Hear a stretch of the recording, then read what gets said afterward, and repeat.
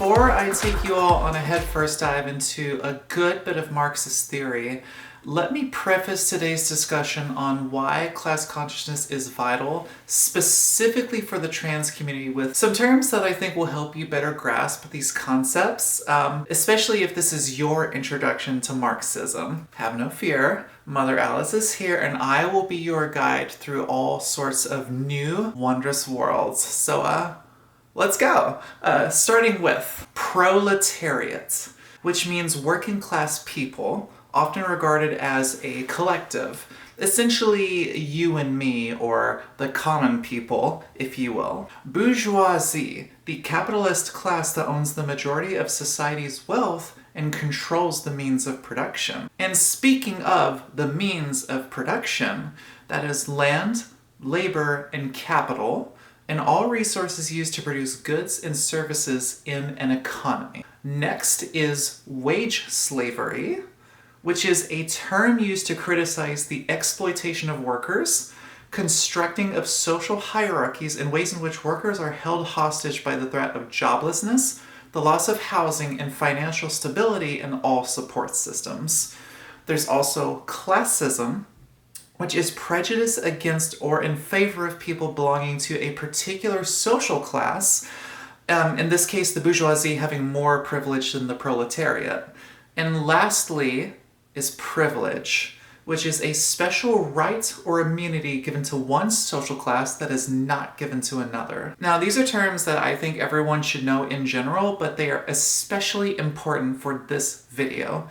Now, anytime you're having a discussion on class consciousness, in my opinion, you should start off with what is often the precursor to sort of having this new awareness to your place in society, which is a term known as alienation. And in my mind, you cannot have one without the other. So to sum it up, alienation is a theoretical concept developed by Karl Marx that describes the isolating, dehumanizing, and disenchanting effects of working within a capitalist system in production. Per Marx, its cause is the economic system itself. According to Marx, the organization of the capitalist system of production, which features a wealthy class of owners and managers who purchase labor from workers for wages, creates the alienation of the entire working class. This arrangement leads to 4 distinct ways in which workers are alienated, starting with number 1. They are alienated from the product they make because it is designed and directed by others, and because it earns a profit for the capitalist and not the worker through the wage-labor agreement. So basically you aren't receiving the full value of your labor. The capitalist takes a cut and keeps it for themselves, even though they themselves didn't do a single bit of the work, which kind of sounds like highway robbery at its finest. Number 2. They are alienated from the production work itself, which is entirely directed by someone else, highly specific in nature, repetitive, and creatively unrewarding. Further, it is the work that they do only because they need the wage for survival. The capitalists have a gun to the back of your head, and they're essentially saying, hey, if you want to be able to sustain yourself, do exactly as we tell you. Doesn't matter that a percentage of your money is being taken out of every paycheck. Don't say a word, turn around, do as we tell you, or else. Number 3, they are alienated from their true inner self, desires, and the pursuit of happiness by the demands placed on them by the socio-economic structure and by their conversion into an object by the capitalist mode of production, which views and treats them not as human subjects, but as mere replaceable elements of a machine. So you quite literally become a cog, a peon, a number. In their eyes, you hold no intrinsic value, and under no circumstance do you deserve to actually be treated like a human being. You fulfill your role because in the blink of an eye, someone could replace you like that, and literally nothing would change. And 4, they are alienated from other workers by a system of production which pits them against each other in a competition to sell their labor for the lowest possible value. This form of alienation serves to prevent workers from seeing and understanding their shared experiences and problems. If you can keep the people blind to the oppression and blatant mistreatment they've been experiencing and threaten them if they dare open their eyes to it, you can keep your boot on their necks and prevent them from ever fighting back. This is oppression 101. And this concept becomes increasingly important when you come to an awareness of class consciousness and you view it through the lens of someone who has been completely alienated from what it even means to be human by a system that actively degrades, dehumanizes, and then numbs you to creative pursuits, interpersonal relationships, the ability to be yourself without external pressure being forced onto you, and any semblance of true inner peace or satisfaction with life. Which brings us to the crux of this video, which is also in the title, class consciousness. Once the populace has finally snapped out of the spell they were under, they will, according to Marx, become conscious of sharing common grievances against capitalists and eventually develop an awareness of themselves as forming a social class opposed to the bourgeoisie, the proletariat.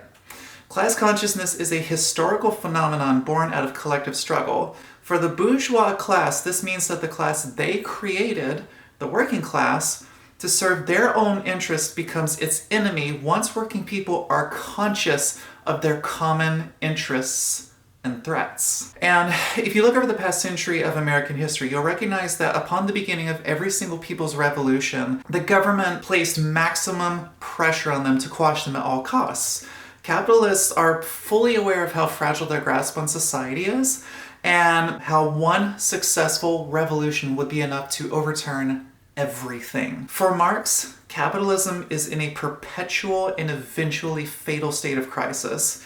Capitalism unleashes forces of production that come to undermine its own sustainability.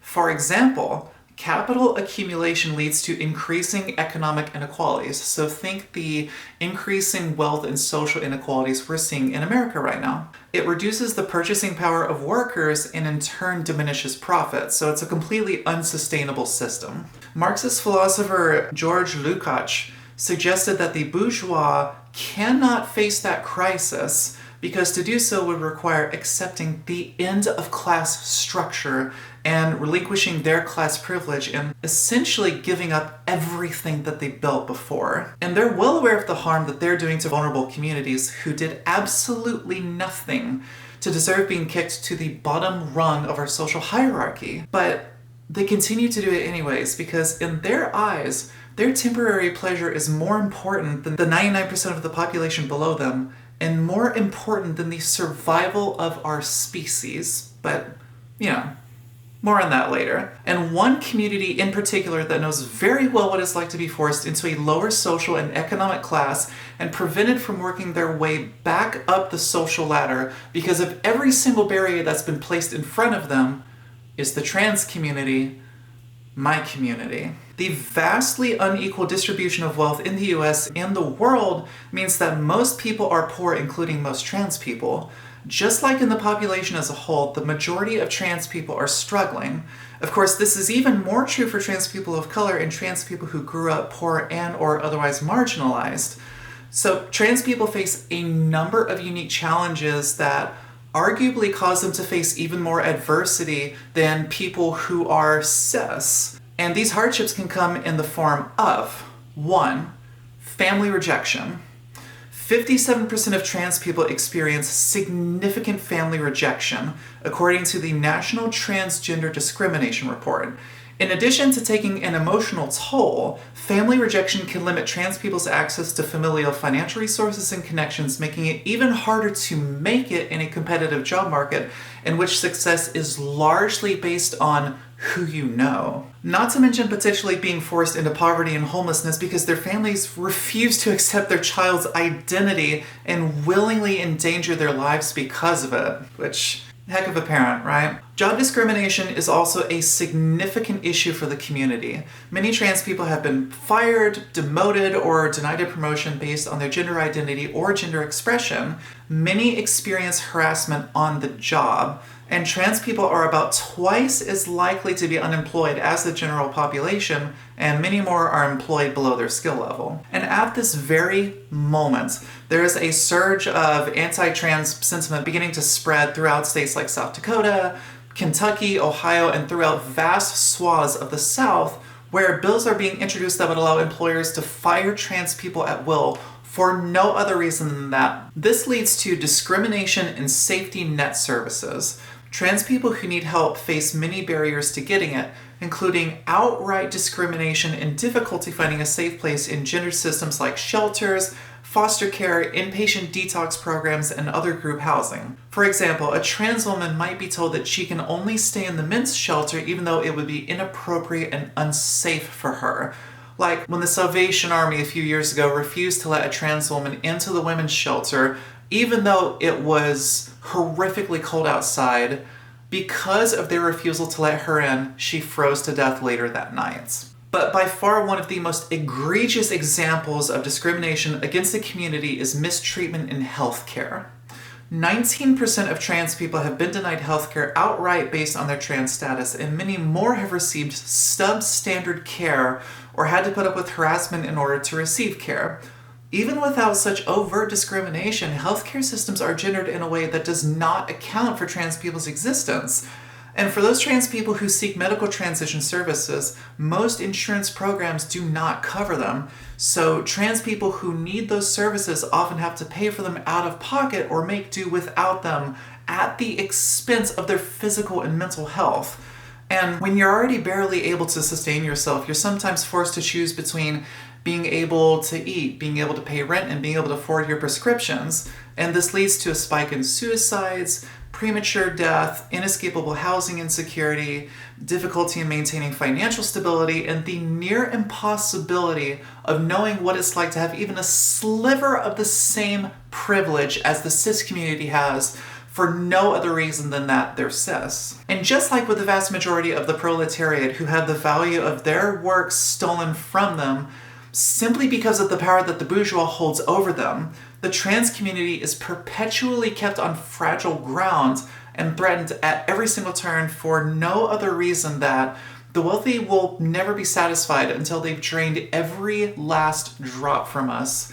And even then, they'd still continue their reign of terror. The only thing, and I do mean the only thing, that can turn things around in our favor and give us all collectively the power to lift the boot of the bourgeoisie off of us is if we all share the same awareness of what's being done to us and we rally together so we can fight back en masse in an act of solidarity. I think the day where we finally see a true revolution of some form in America is coming.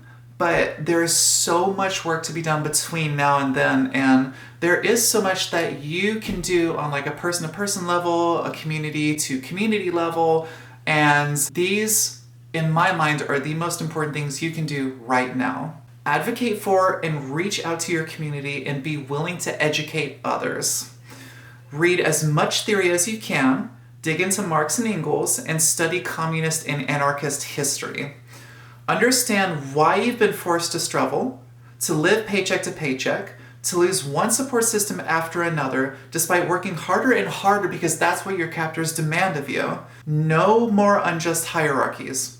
No more old, bigoted, egotistical, sociopathic white men sitting in penthouses and making existence nearly impossible for the vast majority of us, while they live a life of completely undeserved leisure and privilege. Stand together in solidarity with your comrades and fight for a society where everyone will finally have equal rights, powers, privileges, and opportunities in life. Because we're all human, therefore we all deserve the same things. No? At least the optimist in me would like to think so. But yeah, that's gonna be it for this video. I know that was a bit dense, but I'm gonna be breaking my videos on class consciousness and other bits of Marxist theory into separate videos because I've only just started learning about this and I'm enjoying the journey so far, and I certainly hope y'all have too. But until next time, if you enjoyed this video, be sure to leave a like below. If you want to see more content, hit the subscribe button below and ring the bell so you'll always be notified whenever I have more videos coming out. And until then, I love y'all. Take care of one another.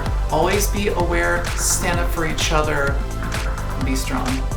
I'll see y'all soon.